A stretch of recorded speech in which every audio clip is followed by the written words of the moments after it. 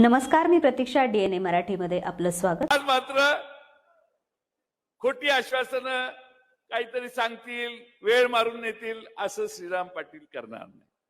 आणि म्हणून दोन या मतदारसंघातले आमच्या समोरचे भाजपच्या कमळावर उभे राहिलेले उमेदवार ज्यांनी तुम्ही त्यांना 10 वर्ष संधी दिली, त्यांनी काय दिवे लावले तुम्हा सगळ्यांना माहिती आहे। आणि म्हणून यावेळी रावेर लोकसभा मतदारसंघात बदल अटळ आहे आणि तो बदल तुम्ही राम राम करता, आम्ही श्रीरामच आणलेला आहे। तुम्ही लय रामाच्या नावाने सारखं म्हणतात, आम्ही जय श्रीराम म्हणून तुमच्या समोर येतोय। त्यामुळे खऱ्या श्रीरामाला तुम्ही मतदान करा।